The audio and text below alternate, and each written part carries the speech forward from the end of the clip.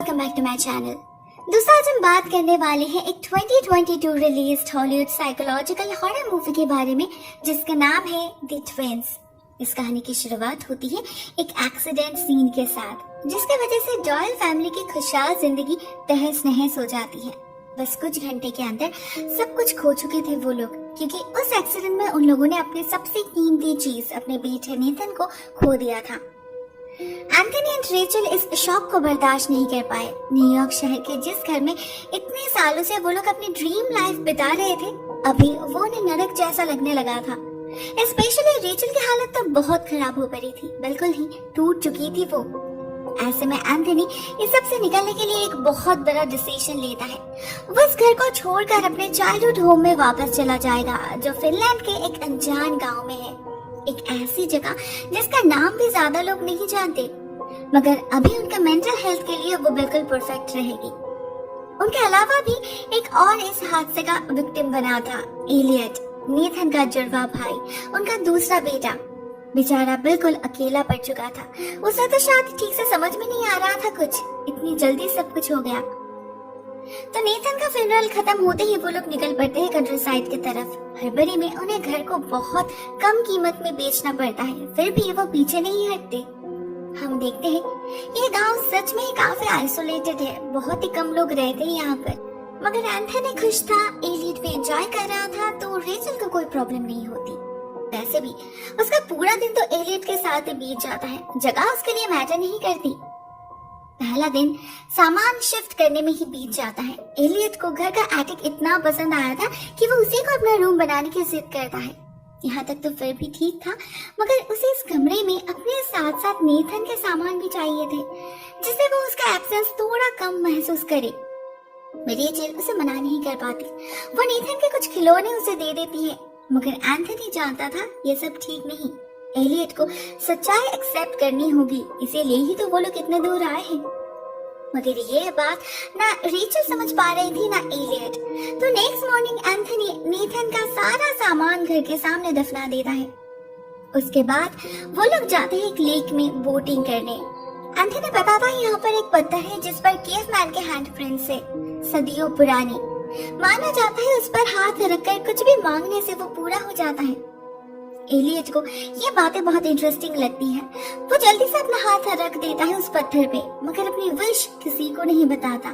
Rachel भी force नहीं करती, बच्चा है, बचकानी हरकत तो करेगा ही। लेकिन इसके ठीक बाद से ही वो एलियट में कुछ बदलाव नोटिस करने लगती है। जैसे एक दिन वो देखती है एलियट अपने कमरे में खेल रहा है अकेले, मगर वो बर्ताव ऐसे कर रहा है जैसे उसके साथ और भी कोई हो। जब रेचल पूछने जाती है तो वो उसके मुंह पर दरवाजा बंद कर देता है, और फिर देर रात वो अपने बिस्तर से उठ के नेथन के बेड पे जाकर सोने लगता है। रेचल के बार बार मना करने के बावजूद वो ये बंद नहीं करता, कहता है नेथन का बेड ही उसका बेड है। अगले दिन इस गांव के लोगों ने उनके लिए एक वेलकम पार्टी अरेंज की थी। एंथनी को तो बहुत मजा आ रहा था, क्योंकि इन लोगों को वो जानता था, बात हो रही थी सबसे उसकी। मगर रेचल अकेले बोर हो रही थी, ना वो किसी से घुल मिल पा रही थी, ना कोई उससे बात कर रहा था। बस सभी उसे अजीब नजरों से घूरते ही जा रहे थे। ऐसे में हेलन नाम की लेडी आती है रेचल से बात करने। वो एक साइकिक है, तो गांव के लोग उसे ज्यादा पसंद नहीं करते। वो रेचल को कुछ अजीब बातें बताती है, कहती है उसने अपने सपने में उन्हें देखा है, उसे पता है उसके बेटे ने एक विश किया है और वो विश ग्रांटेड भी हुई है। बात करते वक्त उसके चेहरे पर एक बहुत ही अजीब सा एक्सप्रेशन था, डर का। वो बहुत ज्यादा एक्साइटेड हो पड़ी थी। उसे शायद और भी कुछ बताना था, मगर तभी वहां पर एंथनी के आ जाने से वो भाग जाती है। उसके बाद उसे रेचल काफी डिस्टर्ब हो पड़ी थी। तो जब गांव के लोग उन्हें स्विंग पर चढ़ने के लिए कहते हैं, वो राजी नहीं होती। ये एक रिचुअल है, न्यूलीवेड्स कपल को करना पड़ता है। उनके शादी के वक्त तो वो लोग यहाँ पर नहीं आए थे, तो अभी उन्हें वो रिचुअल पूरा करना होगा। पहले रेचल मना कर देती है क्योंकि उसका मूड ठीक नहीं था, मगर जब एलियट फोर्स करता है वो मना नहीं कर पाती। मगर जैसे ही झूला ऊपर उठता है वो पैनिक करने लगती है। शायद उसे हाइट से डर लग रहा था। साथ में कुछ देर बाद एलियट भी उसे कहीं दिखाई नहीं देता। टेंशन में वो बेचारी बेहोश होकर गिर जाती है। एलियट मिलता है पास वाले खेत में, लेकिन वो वहाँ पर क्यों गया था, क्या कर रहा था, कुछ नहीं पता था। रेचल को बहुत अजीब लगता है, उसने पहले कभी ऐसा नहीं किया। एलियट जैसा अचानक से बहुत बदल गया है। वो एंथनी से भी ये बातें शेयर करती है। उसे लगता है अगर वो बात करेगा तो सब कुछ ठीक हो जाएगा, लेकिन न जाने क्यों एंथनी को कोई इंटरेस्ट नहीं था। वो बात को बहुत कैजुअली ले लेता है। ऐसे ही कुछ दिन बीत जाते हैं। हम देखते हैं समय के साथ साथ रेचल खुद को संभाल चुकी है, अपने अतीत को भुलाकर आगे बढ़ना सीख चुकी है वो। मगर वहीं पर एंथनी दिन ब दिन कमजोर होता जा रहा था। न जाने क्यों वो नेथन को और ज्यादा मिस करने लगा था। यहाँ पर बात करें एलियट की, उसका बदलाव सबसे डरावना था। वो आजकल खुद को नेथन बुलाने लगा था। इवन उसकी चीजों को जमीन के नीचे से बाहर निकालकर अपने पास रख दिया था उसने। ऊपर से आजकल रेचल को बहुत अजीब अजीब से सपने आने लगे थे। उसे हर रात नेथन दिख रहा था। वो अपने माँ के पास आना चाहता था। इन सब से रेचल बहुत डिस्टर्ब रहने लगी थी। तो अगले दिन एंथनी उसे एक साइकियाट्रिस्ट के पास ले जाता है, जो कहता है यह सब रेचल के हाइपरटेंशन की वजह से हो रहा है। उसे अपने आप को शांत रखना होगा, उसी का असर पड़ रहा है उसके बेटी पर। रेचल उससे सहमत नहीं थी। उसे लग रहा था बात कुछ और है। उसके कारण एलियट खुद को नेथन कैसे बुला रहा है। वो उसी दिन हेलेन से मिलने जाती है और उससे उसे जब पता चलता है उससे रेचल की नींद उड़ जाती है। हेलेन कहती है ये गांव कोई साधारण गांव नहीं है। यहाँ पर सभी लोग अपने आप को पेगन कहते तो हैं, मगर असल में अंदर ही अंदर ये लोग सैटनिस्ट हैं। शैतान की पूजा करते हैं ये लोग। रेचल ने शायद कभी नोटिस नहीं किया, यहाँ पे कोई चर्च नहीं है। इनफैक्ट किसी तरह की कोई टेम्पल नहीं है। यहाँ पर सारी चीजें राउंड शेप में है, जो डायरेक्टली बैफोमेट को रिप्रेजेंट करती है। यहाँ पर आने के बाद से उसके बेटे का ऐसा बदलाव, ये इसी गांव का असर है। उसने उस विशिंग स्टोन से अपने भाई को वापस मांगा था, जो पूरा हो गया। हर रात नेथन आता है उससे मिलने, मगर उसे पता नहीं असल में वो नेथन नहीं है। नेथन के रूप में साक्षात शैतान है वो, जो एलियट को अपना शिकार बनाना चाहता है। धीरे धीरे वश में कर रहा है उसे। रेचल के लिए ये सब सहन से बाहर हो रहा था, तो वो उसके बात को बीच में ही काट के घर चली जाती है। मगर हेलेन उसका पीछा नहीं छोड़ती। अगले दिन वो खुद जाती है रेचल से मिलने उसके घर। अपने थियरी को प्रूफ करने के लिए अपने हस्बैंड के बारे में बताती है। कहती है सालों पहले जब वो लोग इस गांव में रहने आए थे, तभी से उसके हस्बैंड को इन लोगों पर शक था। लेकिन जब उसने आवाज उठाई, उसका मुंह बंद कर दिया गया। उसे शैतान से पोजेस करवा के मौत से भी बदतर सजा दी गई। हेलेन तब कुछ नहीं कर पाई, लेकिन इस बार वो एलियट को मरने नहीं देगी। वो रेचल को एक फोटो देती है जिसमें उसके हस्बैंड का चेहरा ब्लर हो चुका था। ये पोजेशन की निशानी है। रेचल को भी जज करना चाहिए। उस दिन हेलेन के निकल जाने के बाद रेचल बहुत देर तक इस बारे में सोचती रहती है। एक चांस लेने में क्या हर्ज है। वो जाती है, कैमरा उठाती है और एलियट के फोटोज क्लिक करने लगती है। हम देखते हैं एलियट बहुत गुस्सा कर रहा है, बार बार मना कर रहा है अपने माँ को, जो कि काफी अजीब बात है। उसे तो फोटोज खिंचाना पसंद था। उस रात हमें सुनाई देती है एलियट अपने माँ से बहुत झगड़ रहा है। उसे लगता है उसके पिता उससे प्यार नहीं करती, हमेशा दूर भागते रहते हैं उससे। वो तो सिर्फ नेथन से ही प्यार करते थे। एलियट का एग्रेशन डे बाय डे बढ़ता ही जा रहा था। वो बहुत ज्यादा वायलेंट हो चुका था। तो रेचल को भी गुस्सा आ जाता है और वो उससे नेथन का खिलौना छीनकर आग में जला देती है। मगर उसी रात उसे एक बहुत भयानक सपना आता है। वो देखती है एलियट उसे बुला रहा है। रेचल एलियट को फॉलो करके एक अंधेरे रूम में जा पहुंचती है। वहाँ एक आईने के सामने एक मोमबत्ती जल रही थी। एलियट कहता है वो नहीं, असल में नेथन उससे बात करना चाहता है। पहले तो रेचल को लगा वो मजाक कर रहा है, मगर जब वो आईने में देखते हैं तो उसे सच में ही किसी का टच फील होता है। और एलियट के हाथ में नेथन का खिलौना भी था, जो एक्चुअल में जलकर राख हो चुका था। मतलब ये एलियट नहीं, सच में ही नेथन है। डर के मारे उसके हाथ से आईना गिर कर बिखर जाता है। उसे पता ही नहीं चलता कब एंथनी उसके पीछे आ पहुंचा था। उसके साथ गांव के और भी कई सारे लोग थे। वो कहता है उन्हें एलियट चाहिए। वो लोग एलियट के बदले नेथन को वापस कर सकते हैं। It will be an exchange of soul for soul. Rachel बात को समझी भी नहीं थी कि एलियट सच में ही गायब हो जाता है। गांव के लोग सभी अचानक रेचल पर हमला कर देते हैं। उसके हाथ पैर बांध के उसे एक इंजेक्शन पुश करते हैं, जिससे वो बेहोश हो जाती है। रात भर उसके साथ क्या होता है उसे कुछ नहीं पता। मगर अगले दिन जब उसका सेंस लौटता है तब सब कुछ नॉर्मल हो चुका था। का मतलब कल जरूर उसने कोई सपना देखा होगा वो, और इस बारे में बात नहीं करती। मगर जैसे ही ट्रैश कैन निकालती है उसे वहाँ कांच के टुकड़े दिखते हैं। अब इसका क्या मतलब? कल वो हादसा सच में हुआ था। उसी दिन रेचल शहर जाती है एलियट के फोटोज को प्रिंट करवाने। उसे डर था कहीं उन फोटोज में कोई साया न दिखे, मगर मामला तो कुछ और ही निकलता है। इन फोटोज में एलियट था ही नहीं। वो लेट नहीं करती, उसी वक्त भागती है हेलेन के पास, जो कहती है ये एक डायरेक्ट वार्निंग है। इसके जरिए शैतान कहना चाहता है कि एलियट के पास ज्यादा वक्त नहीं है।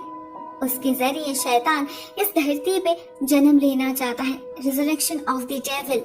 रेचल हेलेन को उसी रात अपने घर ले जाती है जिससे वो जरूरी इंतजाम कर सके।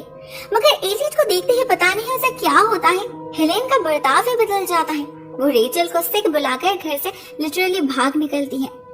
उधर रेचल को तो कुछ समझ ही नहीं आया। वो उसके पीछे पीछे जाती है उसे रोकने, अपने बेटे को बचाने उसे उसकी मदद चाहिए। मगर जैसे ही वो दोनों नीचे आते हैं रेचल देखती है उनका घर गांव के लोगों से भर चुका है। वो लोग जैसे उसी के लिए इंतजार कर रहे थे। इधर उनमें एंथनी भी है।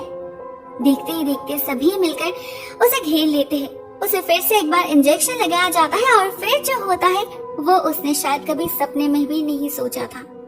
हम देखते हैं हेलेन बिल्कुल सच कह रही थी। इस गांव के लोग सच में ही शैतान के पुजारी है। एक सैतानिक कल्ट का हिस्सा है ये गांव। वो लोग गांव के बीचों बीच जाकर उसी लेक के पास एक रिचुअल शुरू करते हैं, एक बहुत ही वियर्ड एंड क्रीपी रिचुअल। उनके कपड़े भी इक्वली क्रीपी थे। हम बेहोश रेचल को देखते हैं जिसे उन्हीं की तरह सजाया गया था और कुछ औरतें उसे घेर कर बैठे थे, एक्चुअली उसे पकड़े रखे थे जिससे वो भाग ना जाए। उधर बाकी लोगों के बीच एंथनी था। उसके बर्ताव से ऐसा लग रहा था जैसे वो ही इस रिचुअल का मेन पर्सन है। क्यों ना हो, वो इस कल्ट के मकसद पूरा करने के लिए अपने बेटे को सैक्रिफाइस जो कर रहा था। वो अपने हाथों से एलियट का गला काटकर उसे मार डालता है। ताजा खून से उसके कपड़े लाल हो जाते हैं और फिर उस खून को पिलाया जाता है रेचल को फोर्सफुली। ये औरतें खून से उसके पेट के ऊपर कुछ सैटेनिक सिंबल्स भी बना देते हैं। अचानक से रेचल का पेट बहुत ज्यादा फूल जाता है। अंदर कोई चीज हिलने भी लगती है जैसे वो 9 मंथ्स प्रेग्नेंट हो। रेचल डर से फीका पड़ चुकी थी। वो रो रही थी जोर जोर से। शैतान को जन्म देना नहीं चाहती थी वो, मगर ये लोग उसे नहीं छोड़ते। उसे ले जाकर लेक के पानी में फेंक देते हैं। मगर इसके बाद क्या होता है वो हमें पता नहीं चलता, क्योंकि यहीं पर ये सीन एंड हो जाती है। इन द नेक्स्ट सीन फिर से सब कुछ नॉर्मल लग रहा था। रेचल बिल्कुल आराम से नींद से जागती है और जागने के बाद उसे अपने बेटे की विस्परिंग सुनाई देती है।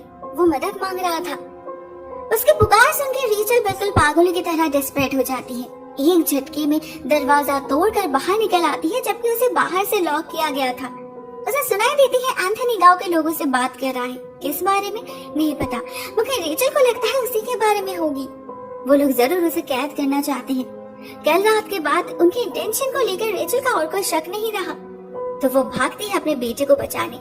उसकी आवाज को फॉलो करके वो एटिक के एक अबांडन सेक्शन में जा पहुंचती है, जहां एक बक्से के अंदर एलियट को हाथ पैर बांध कर रखा गया था। रेचल 1 मिनट और जाया नहीं करती, उसे लेकर भाग निकलती है जंगल के रास्ते। उधर एंथनी को भी वो दिख चुकी थी, तो वो भी उसका पीछा करने लगता है। वो चिल्ला कर रेचल को रुकने के लिए कह रहा था, क्योंकि रेचल एक्चुअल में उससे नहीं बल्कि वो सच्चाई से भाग रही थी। इसका नतीजा बहुत भयानक हो सकता है। फाइनली दोनों में हाथापाई हो जाती है। रेचल तो इतना गुस्से में आ गई थी कि वो पत्थर उठा लेती है अपने पति को मारने। एंथनी उसे नहीं रोकता, ना वो खुद को बचाने की कोशिश करता है, क्योंकि वो भी मरना चाहता था। इस जिंदगी की भागा दौड़ी से परेशान हो चुका था वो। रेचल का पागलपन उससे सहन नहीं होता। हाँ, पागलपन। रेचल अभी खुद को जिस क्राइसिस में देख रही है वो असली नहीं है, उसके दिमाग की उपज है। यहाँ पर कोई कर्ज नहीं, कोई एलियट को सैक्रिफाइस देना नहीं चाहता, क्योंकि एक्चुअल में तो वो एग्जिस्ट ही नहीं करता। इस सीन में एंथनी एक बहुत बड़ा खुलासा करता है, जिससे हमें पता चलता है उस एक्सीडेंट में एक्चुअली क्या हुआ था। सच्चाई रेचल के सोच से बिल्कुल ही अलग है। उसे जो ये बार बार लगता है उनका एक्सीडेंट एंथनी के ड्रंक ड्राइव की वजह से हुआ था, वो सरासर झूठ है। असल में तो उस दिन गाड़ी में एंथनी था ही नहीं। रेचल अकेले नीथन को लेकर घर लौट रही थी। बहुत गुस्से में थी वो, और उसी के चक्कर में उसने एक्सीडेंट कर दिया। इससे भी बड़ी बात तो ये है, उस एक्सीडेंट में उन्होंने अपने एक लौते बेटे नेथन को खो दिया था। रेचल ये सच बर्दाश्त नहीं कर पाई। सारा दोष उसने डाल दिया एंथनी के ऊपर। अपने दिमाग में रियलिटी से कोप अप करने के लिए एक और ही रियलिटी बना ली, जहां उसका एक और जुड़वा बेटा जिंदा था, एलियट, जबकि असली दुनिया में उसका कोई एग्जिस्टेंस नहीं है। एंथनी ने सब कुछ मान लिया। हर दिन अपने आंखों के सामने रेचल का पागलपन देखता रहा, सहता रहा, सिर्फ उसे खुश रखने के लिए। रेचल एलियट से बात करता था, उसके साथ खेलता था। ये सब एक नॉर्मल पर्सन के लिए काफी क्रीपी था, तो लोगों की नजर से ज्यादा दिनों तक छुपा नहीं। बहुत जल्द उसे असाइलम में डाल दिया गया और उसे सच्चाई से रूबरू होने पर मजबूर किया गया। मगर वहाँ रेचल जीने की उम्मीद हार चुकी थी। जिंदा लाश बन चुकी थी वो, जो एंथनी से देखा नहीं गया।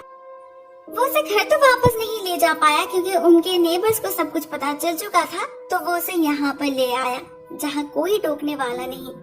मगर यहाँ उसका पागलपन दिन ब दिन बढ़ता ही जा रहा था। वो एलियट के नाम पे कुछ भी कर रही थी। उसने खुद अपने हाथों से नेथन के खिलौने को खोद कर बाहर निकाला, खुद ही अपने माथे पर आईनों को फोड़ा। एंथनी को बहुत डर लग रहा था कहीं वो खुदकुशी न कर ले, तो उसने गांव के एल्डर्स से मदद ली। उन्हें शुरू से ही सब कुछ पता था। वो लोग तो उनकी मदद कर रहे थे। रेचल को जब भी दौरे पड़ते थे, वो लोग ही उसे संभालते थे, जबकि रेचल को लगता था वो सभी मिलकर उस पर काला जादू कर रहे हैं। ये सब उसके दिमागी उपज थी, जो हेलन से मिलने के बाद बढ़ने लगी थी। हेलन की दिमागी हालत भी तो कुछ ठीक नहीं। अपने हस्बैंड का मौत का असर उस पर इतना बुरा पड़ा था कि वो एक्सेंट्रिक बन गई। उसे हर एक चीज में डार्कनेस नजर आने लगा। सब कुछ शैतान का प्लान लगने लगा उसे। इसीलिए ही तो गांव के लोग उसे अवॉइड करते थे। मगर रेचल को उसकी बातों में इंटरेस्ट आने लगा। उसे भी लगने लगा ये सब सैटेनिक कंस्पिरेसी है। मगर जब हेलन को असलियत पता चला, वो भाग निकली। अभी सिचुएशन इतनी बदतर हो चुकी है कि रेचल कंप्लीटली हाथ से निकलती जा रही। उसे हकीकत में लौटाना जरूरी है इमीडिएटली, नहीं तो एंथनी पागल हो जाएगा। वो उससे बहुत बार रिक्वेस्ट करता है, मगर रेचल को तो जैसे एलियट के बिना और कुछ दिखाई नहीं दे रहा था। सब कुछ याद आने के बाद भी उसे लग रहा था एंथनी झूठ कह रहा है। एलियट उसके सामने ही तो है, वो झूठ कैसे हो सकता है। वो उसके पीछे भागने लगती है और जा पहुंचती है एक अबैंडन बिल्डिंग में, जहां एंथनी उसे प्रैक्टिकली दिखाने की कोशिश करता है कि एलियट नहीं है। वो उसके ऊपर बहुत सारे ग्रेन्स डाल देता है, मगर इससे रेचल गुस्से में पागल हो जाती है। एंथनी को ऐसे धक्का मार देती है कि वो ऊपर से नीचे गिर जाता है। उसका माथा फट चुका था, तड़प रहा था वो, मगर रेचल तब भी उसे ना देखकर अपने बेटे को ही ढूंढ रही थी। जब फाइनली उसे एहसास हुआ उसने सब कुछ खो दिया है, एलियट तो कभी था ही नहीं, आज उसकी वजह से उसने उस शख्स को भी खो दिया है जो उसका ट्रू वेल विशर था, तो उसे बहुत झटका लगता है। एंथनी के लहूलुहान लाश को अपने गोद में उठाकर वो रोने लगती है। लेकिन अब रोने से क्या होगा, सब कुछ तो खत्म हो चुका है। गांव के लोग इसे एक्सीडेंट मान लेते हैं, तो रेचल को कोई सजा नहीं होती। वो न्यूयॉर्क वापस चली जाती है और नई तरीके से जिंदगी शुरू करती है। But at the final scene हम देखते हैं, इतना सब कुछ हो जाने के बाद भी वो अभी तक रियलिटी को एक्सेप्ट ही नहीं कर पाई। इतना बड़ा झटका लगने के बाद भी उसका पागलपन घटा नहीं, बल्कि और ज्यादा बढ़ चुका है। अभी वो अपने बच्चों के साथ साथ एंथनी को भी इमेजिन कर रही है। मतलब उसके इमेजिनेशन में सब कुछ ठीक है, सभी जिंदा है और वो लोग एक खुशहाल लाइफ लीड कर रहे हैं। The end। दोस्तों, ये कहानी यहीं पर एंड हो जाती है। मुझे कहानी काफी पसंद आई। आई होप आपको वीडियो भी पसंद आई होगी। वैसे अगर आपको ऐसी psychological horror and thriller movies पसंद है, तो आप इन दोनों में से किसी भी वीडियो पर क्लिक कर सकते हो। ये दोनों इक्वली इंटरेस्टिंग है। I am sure you are gonna love it. आज के लिए बस इतना ही दोस्तों। Thank you so much for watching this video. बहुत जल्द मिलते हैं किसी और नए वीडियो के साथ। तब तक के लिए टेक केयर।